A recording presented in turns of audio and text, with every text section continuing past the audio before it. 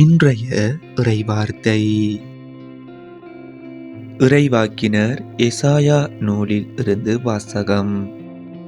நானே உன் கடவுளாகிய ஆண்டவர், உன் வலக்கையை பற்றி பிடித்து, அஞ்சாதே, உனக்கு துணையாய் இருப்பேன் என்று உன்னிடம் சொல்பவரும் நானே.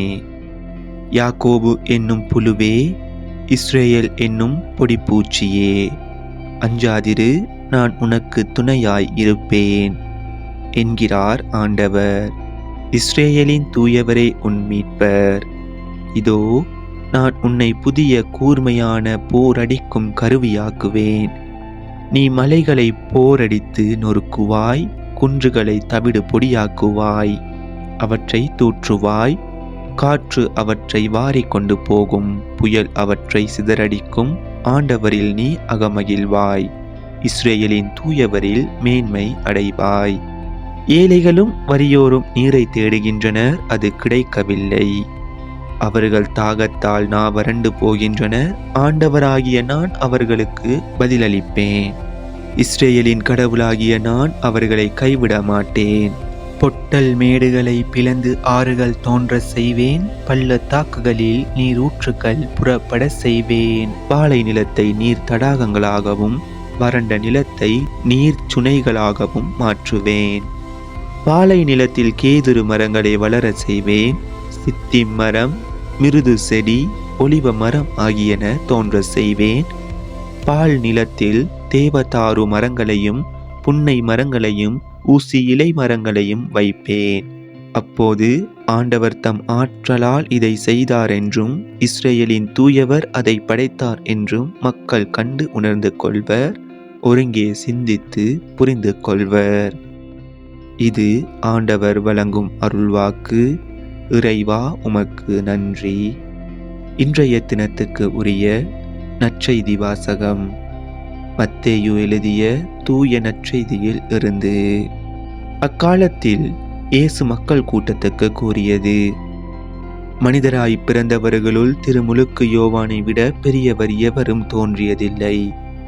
ஆயினும் விண்ணரசில் மிக சிறியவரும் அவரினும் பெரியவரே என நான் உறுதியாக உங்களுக்கு சொல்கிறேன். திருமுழுக்கு யோவானின் காலம் முதல் இந்நாள் வரையிலும் விண்ணரசு வன்மையாக தாக்கப்படுகின்றது. தாக்குகின்றவர்கள் அதை கைப்பற்றிக் கொள்கின்றனர். திருச்சட்டமும் எல்லா இறைவாக்கு நூல்களும் யோவான் வரும் வரை இறைவாக்குரைத்தன. உங்களுக்கு விருப்பம் இருந்தால் வரவேண்டிய எலியா இவரே என ஏற்றுக்கொள்வீர்கள். கேட்க செவியுள்ளோர் கேட்கட்டும். இது நம் கிறிஸ்து இயேசு வழங்கும் வாழ்வு தரும் நற்செய்தி. கிறிஸ்துவே உமக்கு புகழ். இன்றைய தினத்துக்கு உரிய சிந்தனை துளிகள். கதிரவனை ஆடையாக அணிந்திருந்தார். குவாதலூப்பே அன்னை மரியாவின் விழாவினை நாம் இன்று கொண்டாடுகின்றோம். அவர் திருவெளிப்பாடு புத்தகம் 12ஆம் பிரிவில் காணப்படும் பெண்மணி போன்று உருவில் தென்படுகின்றார்.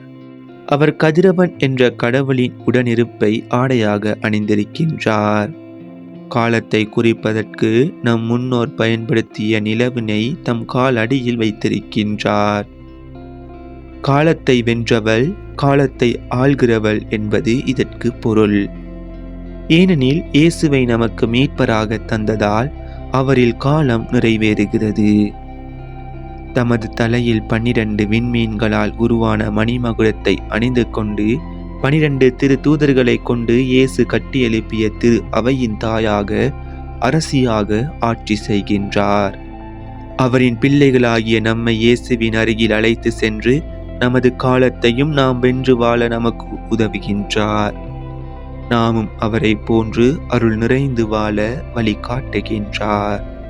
அன்றன்றைக்கான இறைவார்த்தைகளையும் நற்செய்தி வாசகங்களையும் சிந்தனை துளிகளையும் பெற்றுக்கொள்ள நம் சேனலை சப்ஸ்கிரைப் செய்து கொள்ளுங்கள்.